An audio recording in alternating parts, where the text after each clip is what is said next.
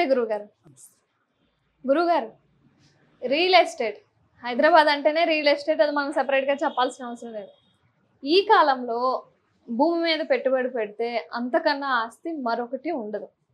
కానీ రియల్ ఎస్టేట్లో చాలామంది దిగుతారు, కానీ అందరూ సక్సెస్ అవ్వరు. కొంతమంది మాత్రమే సక్సెస్ అవుతారు.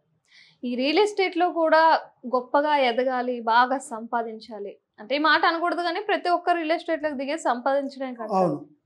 సో ఈ విధంగా బాగా సంపాదించాలి అంటే ఏం చేయాలి? ఓం నమ శివాయ. రియల్ ఎస్టేట్ అంటే చాలా పెద్దది. ఎందుకంటే ప్రతి ఒక్కరికి రియల్ ఎస్టేట్ చేసిన వాళ్ళకి దాంట్లో సంపాదించుకోవాలనే కోరిక, 10 మందిలో మంచి పేరు రావాలి, దాన్ని బట్టి బిల్డర్ కావాలి, పెద్దగా కన్స్ట్రక్షన్లు కట్టాలి అనుకునే కోరికలు ఎక్కువగా జనాలకి చాలా మందికి ఉంటాయి. అవి మేస్త్రుల కాడి నుంచి తయారవుతుంటాయి. కూలి పని చేసే వాళ్ళ కాడి నుంచి మేస్త్రి వరకు, మేస్త్రి నుంచి కాంట్రాక్టర్ తీసుకునేంత వరకు వస్తూనే ఉంటాయి జనాలకి. అటువంటి ఆలోచనలో కొంతమందికి కొన్ని ఆలోచనలు కలుగుతాయి. పెట్టుబడి పెట్టి చేసేవాడు కొంతమంది ఉంటాడు. కొంతమంది పెట్టుబడి పెట్టకుండానే నలుగురిలో ఆకర్షించి ఇచ్చేవాళ్ళు. అంటే నీకు ఈ వ్యాపారం, ఈ యొక్క రియల్ ఎస్టేట్ నీకు అమ్ముడు పోవాలి, ఈ ప్లాట్ అమ్మాలి అంటే దాన్ని నేను నలుగురికి పోయి చెప్తా. ఈ నలుగురిలో ఎవరికో ఒకరికి ఇంట్రెస్ట్ కలుగుతా ఆ ప్లాట్ గురించి. అప్పుడు వాడు వచ్చి వీడిని అడిగినప్పుడు వీడు పోయి నీ దగ్గరకు వచ్చి మాట్లాడి దాన్ని డీల్ చేస్తాడు. ఇట్లా కొంతమంది మాటల ద్వారా చేసేవాళ్ళు ఉంటారు, కొంతమంది పెట్టుబడి పెట్టి దాన్ని ఏర్పాటు చేసేవాళ్ళు ఉంటారు. ఈ రియల్ ఎస్టేట్ వల్ల బాగుపడ్డోళ్ళు చాలామంది ఉన్నారు, దెబ్బతిన్నోళ్ళు ఉన్నారు. అయితే ఇప్పుడు రియల్ ఎస్టేట్ చాలా వరకు డౌన్ అయిపోయింది. ఈ సంవత్సరం చాలా వరకు కొంచెం డౌన్ అయిపోయింది. దానివల్ల కొంతమందికి ఆసక్తిగా చూపించి ముందుకు పోదామనే ఆలోచనలు లేవు. ఉన్నాయే వాళ్ళకి రియల్ ఎస్టేట్లో ఉన్నాయే అమ్ముడు పోకోకుండా కొన్ని ఇబ్బందులు పెట్టి పెండింగ్లో ఉన్నాయి. ఆ పెండింగ్లో ఉన్న పనులు తీసుకోవడానికే టైం పడుతుంది వాళ్ళకి. అదే కాస్త భయపడే పరిస్థితి. ఎందుకంటే ఆల్రెడీ వాళ్ళు పెట్టుబడి పెట్టి ఉండొచ్చు, లేదంటే వాళ్ళు ఇంటి ఆస్తులు పత్రాలు అమ్మి పెట్టి కూడా దాన్ని చేసేదానికి అవకాశాలు చేస్తున్నారు. కానీ ఏ ఒక్కటే సరిగ్గా సరైన పద్ధతిలో జరగదు. తర్వాత దీనికి కొంతమంది దీంట్లో ప్రజలు ఏంటంటే ఒక ఇల్లు స్థలం కొనుక్కుంటే ఇల్లు కట్టుకొని ఆ ఇంట్లో హ్యాపీగా సొంత ఇంట్లో ఉండాలనుకున్న కల వాళ్ళది. వాళ్ళకు కూడా కొంతవరకు ఇప్పుడు పెట్టుబడి పెట్టి కొనడానికి ముందుకు రావట్లే జనాలు. అంటే ధనం లేదు. ధన వశీకరణ అనేది ప్రతి ఒక్కడికి అవసరం. ధనం లేకపోతే మనం ఏం పని చేయలేము. ఒక వస్తువు కొనాలన్నా, ఒకటి చేయాలన్నా కొన్నిటిని మనం ప్రకృతి ఇచ్చినవి కూడా మనం కొనాల్సి వస్తుంది. ఇప్పుడు ప్రకృతి ఇచ్చినవి కూడా అవి మనం కొనాల్సి వస్తుంది. కొన్ని వల్లే కంపల్సరీగా ధన వశీకరణ అనేది ఇంపార్టెంట్.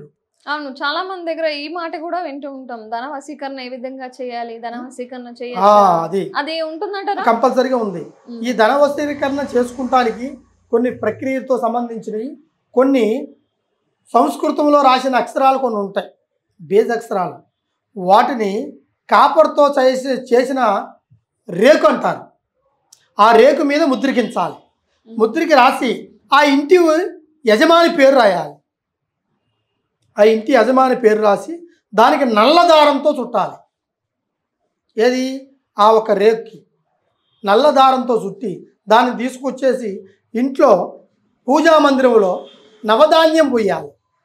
నవధాన్యం అంటే తెలుసు కదా, 9 రకాలు. ఈ నవధాన్యాలు పోసి ఈ యొక్క ధనవశీకరణ యంత్ర సంకల్పంలో ఉండాల్సిన ఒక రాగి రేకుని దాంట్లో పెట్టి 9 రోజులు పూజించాలి. దాన్ని 9 రోజులు పచ్చ కర్పూరంతో వాసన చూపించాలి ఆ రేకుకి. దాని తర్వాత ఆ రేకుని బీరువాలో పెట్టుకోవాలి. తర్వాత దాని పచ్చ కర్పూరం కొద్దిగా, ఈ నవధాన్యం కొద్దిగా తీసుకొని 3 నిమ్మకాయలు అందులో పెట్టి ధనవశీకరణ సంజీవులు 3 ఉంటాయి. ఒకటి పితురాజితంతో సంపాదించిన ధనవశీకరణ, అది నిలబడటం కోసం. రెండోది మనం సంపాదించిన ధనవశీకరణం మన బిడ్డలకు నిలబడటం కోసం. మూడోది వచ్చేసి మనం ఏ ఒక్క ప్రయత్నం చేసినా ఆ ప్రయత్నంలో ధనం వశీకరణం కావడం కోసం. ఈ 3 సంజీవుల్ని అందులో పెట్టేసి నల్లగుడ్డలో మూట కట్టి ఇంటికి సింహద్వారాన్ని కట్టాలి.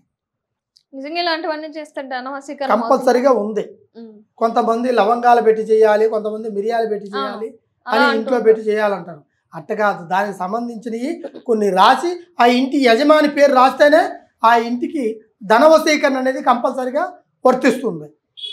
అది ప్రతి ఒక్క సంకల్పంలో ఉంటుంది, కానీ కొంతమందికి తెలియదు. అంటే ఈ కాలంలో కూడా ఇలాంటివన్నీ ఎవరు నమ్ముతారండి? అలా ఇవన్నీ చేస్తే అనుకోవద్దు, వస్తాయి. కంపల్సరీగా ఉంది. దేవుడు ఉన్నాడు అని అనుకుంటే పంచభూతాలు ఉన్నాయని మనం ఎలా నమ్ముతున్నామో బయట దుష్ట శక్తులు కూడా ఉన్నాయని మనం కంపల్సరీగా నమ్మే తీరాలి. ప్రకృతి ఇచ్చేది కొన్ని, దాన్ని మనం తయారు చేసుకునేది మనం కొన్ని ఉన్నాయి. అట్లా కొన్ని విధానాలుగా చేసే ఉంటాయి. అందువల్ల ఈ రియల్ ఎస్టేట్ కూడా చాలా వరకు ధనం లేని దాని వల్ల పడిపోవడము, మనశ్శాంతి లేకుండా పోవడము, వాళ్ళు చాలా వరకు నష్టపోవడము ఈ విధంగా జరుగుతుంది. ఈ ధన వశీకరణం కూడా ఈ విధంగా ప్రయత్నం చేసుకుంటే కంపల్సరిగా ధనం మనం వశీకరణం చేసుకోవచ్చు. సంపాదనని మనం సంపాదించేదే ముఖ్యం కాదు, దాన్ని ఖర్చు పెట్టే విధానాన్ని కూడా మనం గ్రహించాలి.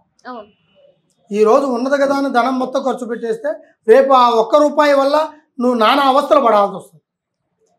ధనం అనేది మనం ఈరోజు సంపాదించుకున్న దాన్ని కొద్ది ఖర్చు పెట్టి కొద్ది మిగిలిపెట్టుకుంటే రేపు ఇది నీకు అవకాశానికి అవసరానికి పనిచేస్తుంది. అంతేగాని ఈరోజు పోగొట్టుకున్నావు అంటే రేపు మళ్ళీ తిరిగి అది వచ్చేదాకా నువ్వు వెయిట్ చేయాలి. అప్పుడు దాకా నీకు ఇచ్చేదెవడో ఇయ్యిందెవడో, ఈ లోపట్లో నీ అదృష్ట బలం ఎలా ఉంటుందో తెలియదు. నువ్వు ఎంత కష్టపడ్డా ఫలితం ఉండదు, నువ్వు వచ్చిన రూపాయి కూడా నీ చేతిలో నిలబడదు. దీనికి సంబంధించిన కొన్ని ప్రాబ్లాలు కొన్ని ఉంటాయి. దానికి తగినట్టుగా ఈ యొక్క పరిష్కారం చేసేట్టుకైతే ఖచ్చితంగా ధన వశీకరణ నిలబడుతుంది. ఈ రియల్ ఎస్టేట్ వల్ల కూడా మీరు సిరి సంపదలు పెంచుకుంటారు, ఆస్తులు పెరుగుతాయి, మంచి పాపులారిటీ వస్తుంది, ఒక స్థాయికి ఎదగలుగుతారు. కానీ ఈ సంవత్సరంలో అంతగా లేదు రియల్ ఎస్టేట్. నెక్స్ట్ ఇయర్ నుంచి మళ్ళీ బాగుంటుంది. అటువంటి అవకాశం కూడా ఉంటుంది. మీకు ఎటువంటి సమస్యలు ఎవరికి ఉన్నా కూడా ఒకసారి మమ్మల్ని కాల్ చేసి కాంటాక్ట్ చేస్తే కంపల్సరిగా మీకు దానికి తగినట్టు పరిష్కారం చేస్తా.